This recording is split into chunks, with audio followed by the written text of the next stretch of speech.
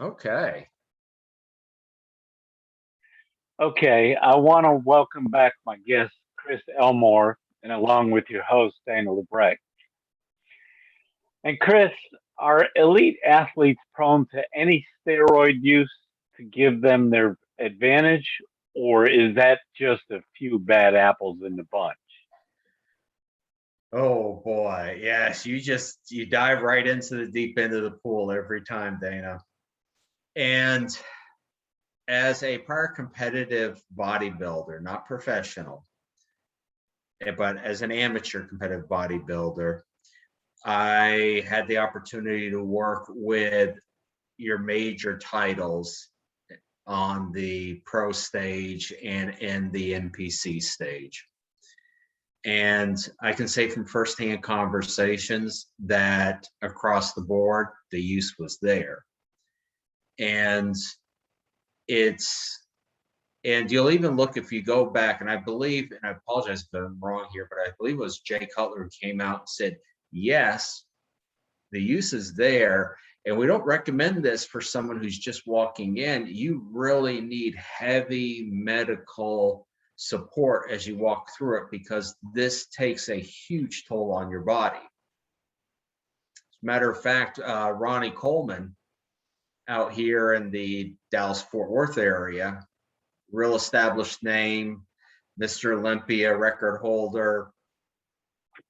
So fairly big name, okay, about as big as you can get. Oh, And yes. he's come very clear with here's the impact that this has had on my body. So it's real. It has an impact, but there is, and this is what's important, a price that is going to be paid. And I've heard a lot of different stories, of course, as far as athletes and stuff like that. And I really never knew if it was because they were abusing it, and I would imagine it is. But and when I say that, the breakdown of their body, the way that they turn out in the long run over the extensive use, that's what I'm trying to understand. Is it because they really dive in it real deep before an event, or is it just because they do it over and over again as they're working? So I would like to make the answer crystal clear. Gotcha. Having not walked this path myself, there's always that question mark that's going to remain. But having had very candid conversations with individuals that have walked down this, it comes from the fact that it's that repeat use. It's not, if you want to look at it as abuse to your body, is it, in my opinion? Yes, you're going to be abusing your body. That's hypertrophy, is an extreme reaction to either synthetic or natural abuse. That's how we grow. But if they're consistent and they get medical attention, they can mitigate the penalty that's paid. And there are, in my opinion, a lot of amateurs out there who use it without the real medical training and guidelines that mess up their body more because they don't know. They're getting the information anecdotally. They're potentially grabbing years old data. And like anything else, any competitive bodybuilder or competitive sports person is going to tell you it is not cookie cutter. There are certain things that you do that are standards, guidelines, baselines, but every person's different. You're going to react differently to a diet, the exact same diet than I would. Right. So, Exactly. so, so for me to then say, here is synthetically what you need to do to enhance your body exactly. Let's just put on the logic cap and say, okay, what's really going on? Is that really the case? So we could, in all intents purposes, say that sometimes and I'm not going to say they're all like that, honestly, because I don't know them, but I guess you could say that you could consider them a junkie because they're looking for that. Well, really, they're looking for that next build that's going to come instantaneously and even buff them up even that much more. Because I don't know a whole lot about the steroid injection and all that, and anabolic, blah blah blah. I just heard different I'm stories. following you, and there is a balance. It's interesting because I think a junkie is someone who does not have the capability to say no, to walk away from something, and maybe insert addict. There you go. And There you go. so there are definitely within the realm of bodybuilding what I would classify then using that as addicts, where it's just, it doesn't matter the price, it doesn't matter the penalty, it doesn't matter who or what gets hurt along the way. Here's this vision. Now, that being said, if it's their own body, their own self, their own soul that they're damaging, that's my opinion. They may feel like, hey, no, Ronnie may look back and say, what I'm going through is so worth the path that I walked. Whereas I would look at it and say, no, where you are is not worth the path that you walked. Those are my values. Right. Well, can an average individual bulk up to compete in bodybuilding events on just a normal diet, or is there a specific plan that they truly have to follow? Oh, wow. That's Opinions. And having walked this path, and I lean towards a heavier body type. So there are people that are very slender build, and they could eat double what I eat, and it just wouldn't shake their body. They would still be lean as can be. And there are others who would take what I have and just put it on in beautiful proportion, like Flex Wheeler.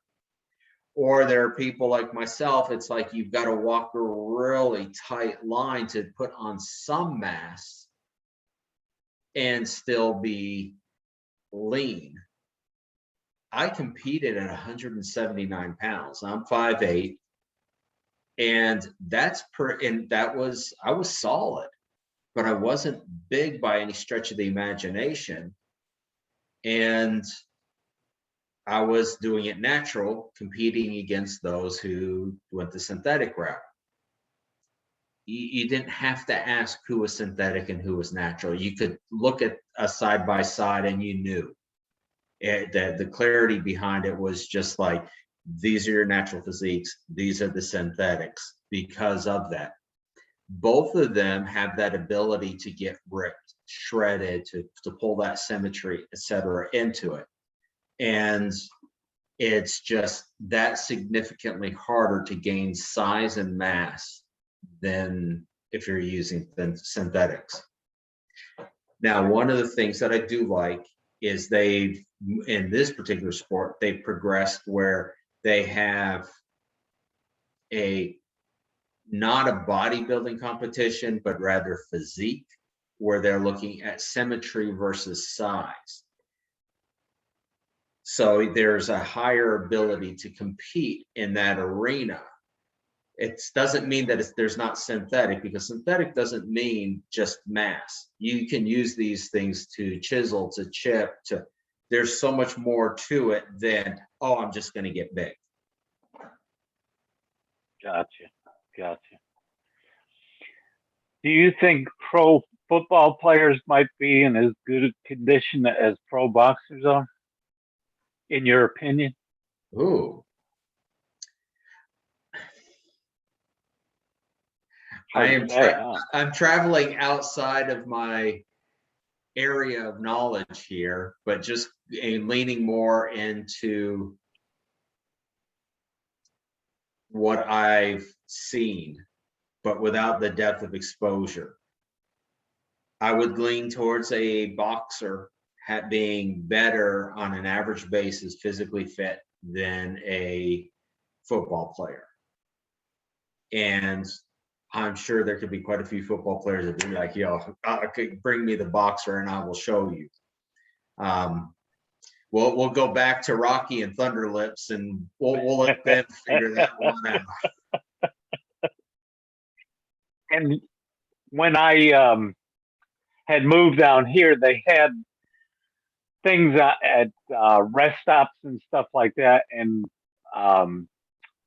places where you could actually go in and do arcade games, blah blah blah.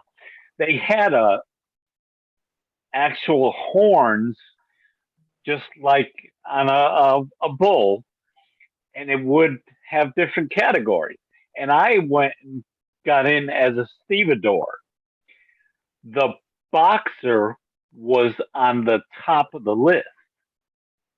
That's why I just asked that question, because I know boxers, they're constantly, they're probably doing 10 to 12-hour training a day, especially going out for a pro fight. Yeah, And I that's mean, what they're I've running, heard. and they're running all the time. I mean, they really, and the crunching and the punching, unbelievable. Because I've not been around pro boxers. I've just followed them a lot. I'm big time into sports. I love a lot of different athletic things. Let me say it that way. Not that I'm a pro. I'm just saying that I love a lot of the circuits, because I mean I love soccer. I mean I can go on and on. But anyways, do you think athletes abuse supplements, drugs, and alcohol more than the common individual may do? That's hard to say, huh? Yes. Now, do I think so? I would Yeah, lean towards it. gotcha. Yeah, It's a very, very competitive world, and that requires having an edge. right. And when you start to go in synthetic edges, which are typically, okay, borderline legal, now you're starting to play that game, and that opens up the door, just like a gateway, to other borderline behaviors and activities. So, as a general rule, I can't say I wouldn't go to person, oh, you, but as a general sense, I would lean towards it, yes. And they have all the money, they have all the connections. Um, they're expected to be at the top of their game, blah blah blah. And I would imagine that plays a lot on their psyche, because Oh, the they pressure. want to be, they want to be number one, and they want to think that they're number one, especially showing off in front of the ladies and stuff like that. And I'm not going to rule out women can't be abusive, but I think, my personal opinion, I believe that the male species is more prone than the female, because I've never really actually heard that females abuse, which I could be wrong. I mean, I could be in the fog about that. So, yeah, I think I would take you for, I'd surprise you on that, because I had friends in the pro ranks and in the women's ranks at that too. It's just As as common. Wow. Okay. Wow. Okay.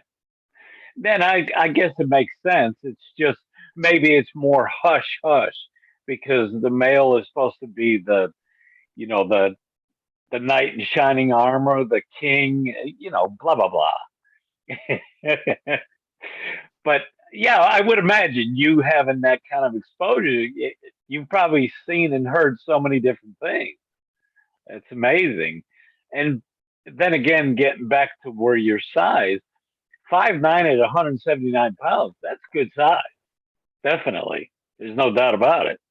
And I would imagine, especially if you try to get cut and all that, that's a yes, good that physique. was competition weight that I'm Awesome. telling you. So yeah, I was rock solid, and it's a great feeling. Oh yeah, no doubt about it. It's great to feel. in good Almost shape. addicting. Well, there it is, because you can get those endorphins by really being in good shape. Because I would imagine the elite, the way that they are, they that's their constant. Well, I'm just going to bring this one guy up if you actually know him, Frank Grillo. Do you know the name? No, I don't.